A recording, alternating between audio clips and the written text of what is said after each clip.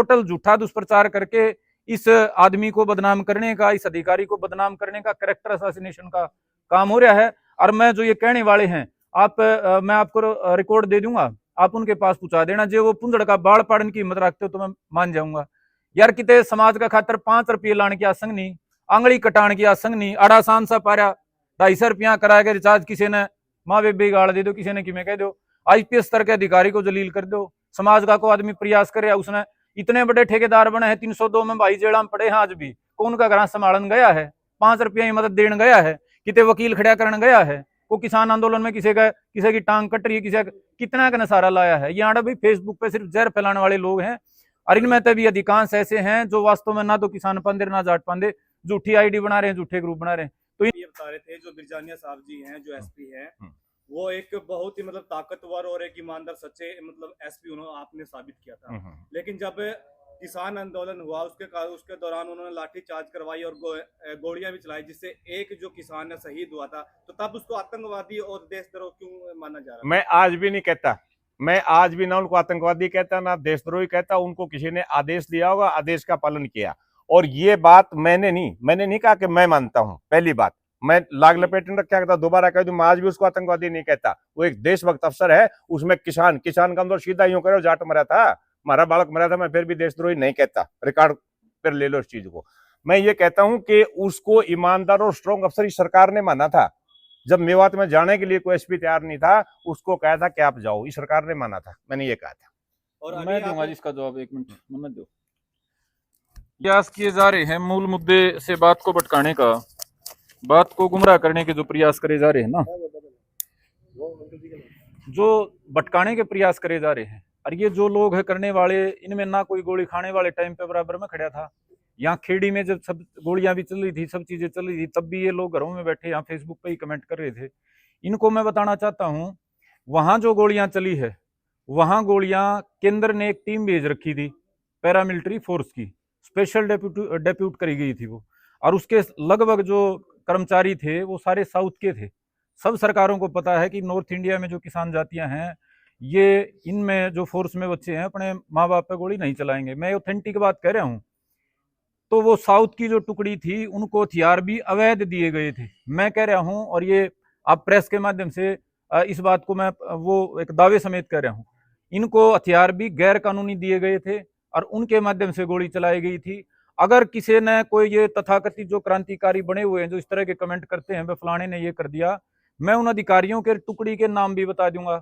अगर किसी पर कानूनी कार्रवाई करी जाती हो, या किसी पर सामाजिक जोड़ के 5-7 हजार लोग इकट्ठे करके उन अफसरों का घेराव कराया जाता हो, तो मैं उनके सब की मैं बता दूंगा। को करने वाला तो बने करया कराया कि मैं जानदा नहीं, अड़ा फेसबुक पे कोई मौका लाग जाए जहर फैलाने का, आईटी सेला में फद्दू बात करने का, उन पर लागे रहे हैं। कोई भी एसपी होता है या डीजीपी होता है, उसकी जिम्मेदारी कानून व्यवस्था कायम करने की होती है। आपके माध्यम से बताना चाहता हूं, ये तथाकथित जो किसान की आड़ लेके बहानेबाजी कर रहे हैं, सबसे ज्यादा पूरे हरियाणा में किसानों के संघर्ष में मेरे पे मुकदमे हैं। 25 मुकदमे मैं भुगत चुका हूं, और मेरे साथ वालों को मिला लो तो कम से कम 35 मुकदमे कोर्ट में भुगत चुके हैं। ये जितने भी ये ऐसे ऐसे कमेंट करने वाले हैं ना, सारे के जोड़ लियो भाई। अगर हमारे बराबर हो जाए तो फिर कोई कमेंट करने का अधिकारी होगा। यार संघर्ष करने का टाइम तो सरकार अपना भाईचारा बना कर दे, संघर्ष करने का टाइम पर तो 751 में गिरफ्तारी दे के हफ्ता से दिन जेल में काटे आकर दे, कदे लठा में नंबर आ जाए। संघर्ष करने का टाइम में तो कोई किते लुक्या करता, कोई किते लुक्या करता, कोई जेन्युइन सी बात है, उस जेन्युइन बात में बहाने टो है। ये मैं इसलिए कह रहा हूं, कितनी सारी तकलीफ भुगतने के बाद भी हमारे ऊपर लाठी भी चली है, हमारे ऊपर आंसू गैस के गोले भी चले रहे, हमारे ऊपर गोली भी चली है, और अधिकारियां ने चलाई है, जिनमें तय 90% जाट मेरी जाति के थे चलाने वाले, मुकदमे लगाने वाले मेरी जाति के थे। लेकिन वो सरकार की जिम्मेदारी का पालन कर रहे थे भाई, और सरकार की जिम्मेदारी का पालन करते हुए किसी ने मेरा गोली भी मार दी, लाठी मार दी, फर्जी मुकदमे भी लगा दिए, तो सरकार की जिम्मेदारी है। उसमें मनोहर लाल खट्टर, नायब सिंह सैनी, उस टाइम पे हुड्डा साहब थे, पहले चौटाला साहब थे, उनकी जिम्मेदारी थी। ये जो छोटे अधिकारी हैं, इनको कठपुतली बनाकर देश का जिम्मा देवे हैं। और फिर भी मैंने शुरू में जो बात दोहराई, मैं दोहरा रहा हूं उस बात ने, ये टोटल झूठा दुष्प्रचार करके इस आदमी को बदनाम करने का, इस अधिकारी को बदनाम करने का, कैरेक्टर असैसिनेशन का काम हो रहा है। और मैं जो ये कहने वाले हैं, मैं आपको रिकॉर्ड दे दूंगा, आप उनके पास पहुंचा देना। जो वो पुंजड़ का बाढ़ पाड़न की हिम्मत रखते हो तो मैं मान जाऊंगा।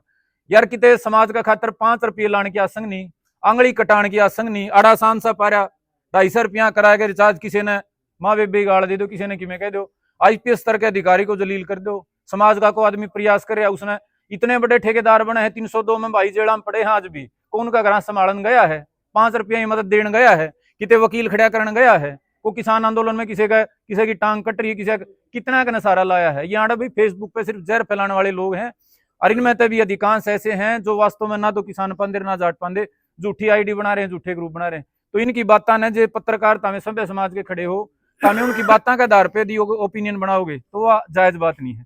2 बातें मेरी ओर रहेगी, तो उसके बाद मास्टर जी कहूंगे, आपका माध्यम तक कहना चाह रहा हूं, बड़ा विनम्रता से कहना चाह रहा हूं कि बड़े गम के हालात में है अमनीत कुमार जी, आदरणीय आईजी डीजी साहब की जो घरवाली हैं, वो बड़े गमगीन हालात में हैं, लेकिन हम उनको चाहते हैं कि ये पूरा मामला खुल के सामने आए, इसलिए वो एक तथ्य को क्लियर करें। इंडिया टुडे में रिपोर्ट छपी थी इस आत्महत्या के अगले दिन के एडीजीपी पूर्ण कुमार जी ने आत्महत्या से 1 दिन पहले अपना सुसाइड नोट जो 8 पेज का था और अपनी जो वसीयत थी वो अपनी धर्मपत्नी के नाम भेज दी थी 1 दिन पहले मरने से, जिस समय वो हरियाणा के मुख्यमंत्री के साथ जापान में मौजूद थी। स्वाभाविक सी बात है, पत्नी के पास अगर ये आ गई कि मेरे पति मेरे को सुसाइड नोट भेज रहा है, मरने की कह रहा है, अपनी वसीयत तक भेज रहा है, तो उन्होंने प्रदेश के मुख्यमंत्री जो साथ ही मौजूद थे 15-20 आदमियों के डेलीगेशन में, प्रदेश के मुख्यमंत्री को बताया होगा। प्रदेश के मुख्यमंत्री को बताने के बाद भी प्रदेश के मुख्यमंत्री ने क्या करा, इस सवाल का जवाब ना तो अमनीत कुमार जी मांग रही हैं, ना ही वो धरने वाले मांग रहे हैं, ना ही समाज में से कोई मांग रहा है। अरे प्रदेश के मुख्यमंत्री को यदि सूचना मिल गई कि मेरा एक आईपीएस अधिकारी है, डीजीपी रैंक का अधिकारी आत्महत्या का नोट लेकर आत्महत्या करने की प्रयास कर रहा है, तैयारी कर रहा है, तो प्रदेश के मुख्यमंत्री की जिम्मेदारी नहीं बनती क्या? अगर उनकी जिम्मेदारी नहीं बनती तो फिर एसपी की डीजी की जिम्मेदारी है भाई? उनने के सपने आए हैं, जिस आदमी को जानकारी मिल गई फिर भी कार्रवाई नहीं कर रहा। तो मेरा कहना यह है कि वह जिम्मेदारी ऊपर से तय होनी चाहिए, और ये जिम्मेदारी अमनीत कुमार जी तय करवाने का काम करें। इस बात पे स्पष्ट करें कि प्रदेश के मुख्यमंत्री ने उनको क्या जवाब दिया था, उन्होंने अगर उनको बताया था तो। दूसरी बात यह है भाई, एससी एक्ट क्या हो गया यार, ये तो ब्रह्मास्त्र हो गया। आत्महत्या एक अधिकारी ने कर ली, कोई बात नहीं भाई, दुखद घटना है, कोई भी परिस्थिति रही हो, हमारे को इस बात की तकलीफ है, घर का आदमी जाता है, प्रदेश का देश का आईपीएस जाता है, बड़े दुख की नुकसान की घटना है। लेकिन आत्महत्या के प्रकरण में पहली बार देखा वो धाराएं लगाई गई हैं जिनमें उम्र कैद की सजा का प्रावधान है। उम्र कैद की सजा आत्महत्या, मान लीजिए मैंने आपको वीडियो दिखाई थी शुरू में, ये व्यक्ति यदि आत्महत्या कर गया हमारा नाम लिख के है तो हमारे खिलाफ के 302 की कार्रवाई होगी भाई। आत्महत्या और हत्या में कोई फर्क नहीं है क्या? अगर ये जो मैं वीडियो दिखा रहा था, ये व्यक्ति इसने न्यू देख लिया तेरी समाज में झूठ चल नहीं रही है और जहर खाकर इनका 50 का नाम लिख दे, तो उसके बाद हमारे सारे के खिलाफ ये डीजीपी से लेके एसपी से लेके ये तो मुख्यमंत्री का भी लिख देगा भाई, तो हमारे खिलाफ उम्र कैद की सजा होगी हमने। इसका मतलब तो वे समाज में तो जमासान सा हो जाएगा। कोई आदमी अपराधी है, घर से तंग है, जिसका जीवन खराब हो लिया, वो तो आसान सा रास्ता पकड़ लेगा, 50 के नाम लिखेगा और अपना वह जय हिंद कर देगा।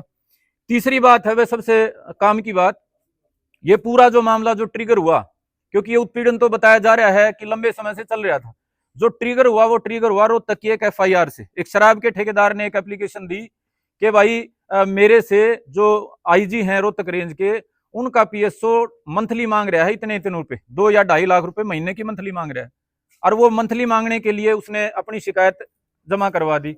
उस पे जिले के एसपी ने जांच करी और उन्होंने अपनी जो जांच करी उसमें जांच में वो तथ्य सही पाए गए।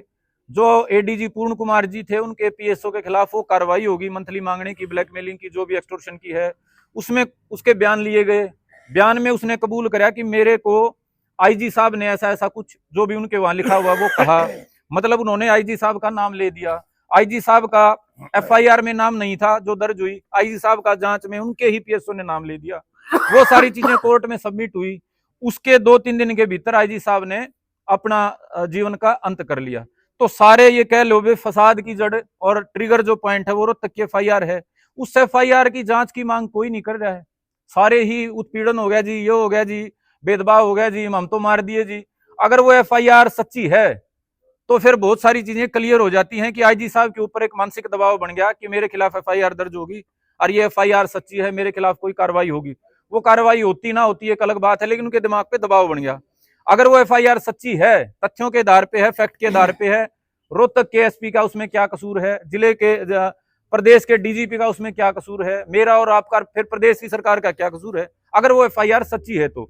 लेकिन अगर वो FIR झूठी है, फिर हम ये मान के चल सकते हैं कि रोहतक के SP ने निजी किसी दुर्भावना के कारण ये उनके ऊपर दबाव बनाने के लिए FIR करी। लेकिन उस FIR की जांच की तो बात करो ना, कोई जांच तो भेदभाव हो गया जी, ये हो गया जी। अगर भेदभाव की कोई बात है, इंस्टीट्यूशन में कोई डिस्क्रिमिनेशन की बात है, उसके लिए तो भाई एक बहुत बड़ी कमेटी बनेगी, वो कम से कम साल भर जांच करेगी, सैकड़ों गवाहों की जांच करेगी, तब सच्चाई सामने आएगी। क्या पता साल लग जाए उस बात में, लेकिन FIR के तथ्यों की जांच करने में 72 घंटे लगने हैं। यदि प्रदेश की सरकार चाहे और यदि पीड़ित परिवार चाहे तो 72 घंटे में खुद की मर्जी के अफसर लगवा के, खुद की मर्जी के किसी जुडिशियल अफसर को वहां सुपरविजन में अपॉइंट करवा के वो जांच करवाई जा सकती है। और ये जांच मैं प्रदेश सरकार से मेरी तरफ से अनुरोध करता हूं। बहुत हाई प्रोफाइल मामला हो गया और इस मामले की आड़ लेकर के समाज विरोधी लोग और बड़े बड़े नेता कहलाने वाले लोग आत्महत्या की धमकी प्रदेश सरकार को, प्रदेश के अधिकारियों को, प्रदेश के सभ्य समाज को देने का काम कर रहे हैं। और ये तो सीधी सीधी से एक चुनौती होगी। कोई अपराधी जांच प्रक्रिया को बाधित करने के लिए, जांच प्रक्रिया को डिरेल करने के लिए, पीड़ित को डराने के लिए, हमारे गांव वाले केस में जो भाई पीड़ित हैं, अगर ये व्यक्ति इनके नाम लिख कर जहर खा गया तो जिसकी माता मर रही है, जिसके पिता मर रहे हैं, उन्हें ऊपर उम्र कैद की सजा की कार्रवाई हो जाएगी फिर तो भविष्य में। तो ये समाज इस एक मामले के माध्यम से, एक आत्महत्या के माध्यम से जिस दिशा में लेके जाने का प्रयास हो रहा है, ये स्वीकार्य दिशा नहीं है। और भाई ने सवाल पूछा था कि मान साहब ने पूछा था कि जातिगत मामला बनाया जा रहा है। इसको जातिगत बना कौन रहा है भाई? 5 दिन तो हरियाणा में पीड़ित परिवार और उनके समर्थकों को छोड़ के कोई एक आदमी बोलिया हो तो बता दो मेरे को, कोई एक आदमी बोलिया हो तो सबने दुख जाहिर करा, सबने करा साथ देंगे। वहां कौन आके बैठा? वहां पे कांग्रेस पार्टी के बड़े धुरंधर नेता आके बैठे, वहां पे पंजाब वाले आम आदमी पार्टी वाले झंडे ठाठा के बैठे, वहां वर्तमान की सरकार के बड़े बड़े झंडा बरदार तीनों पॉलिटिकल पार्टियों के बड़े नेता और बड़े से बड़ी झूठी बातें कही, तीनों ने राज कर लिया। यदि कोई, मैं मेरी अंतिम बात कह के मेरी बात को विराम दूंगा, यदि ADGP पूर्ण कुमार जी के साथ कोई भेदभाव हुआ था तो उसकी जिम्मेदार ये सारी राजनीतिक पार्टियां क्यों नहीं है? इन सबको राज करने का मौका मिला है। वहां जाके चन्नी साहब पल्ला झाड़ रहे हैं, मान साहब, हुड्डा साहब, खट्टर साहब, चन्नी, ये अपने सैनी साहब, सब पल्ला झाड़ रहे हैं। ये जिम्मेदार क्यों नहीं है जिन्होंने नीतियां तय करी हैं? सबको पता है हरियाणा में जात के नाम पे जहर किस किस पार्टी ने अपने राज्य में कैसे कैसे फैलाया, किसको अपीज करने के नाम पे कांग्रेस ने क्या कराया, पहले वाली सरकारों ने क्या करा और वर्तमान सरकार क्या कर रही है। तो मेरा बड़े विनम्र शब्दों में अनुरोध है कि आप इस घटना को पत्रकार साथी जातिगत ना बनने दें, न्याय व्यवस्था में भरोसा करते हुए बड़ी से बड़ी एजेंसी से जांच कराने की बात करें। और पीड़ित परिवार से भी अनुरोध है कि वो किसी किस्म के बहकावे में आने की बजाय ये राजनीतिक जो गोटियां सेट हो रही हैं पंजाब के चुनाव के चक्कर में, इनमें ना फंसें और तटस्थ बात करें।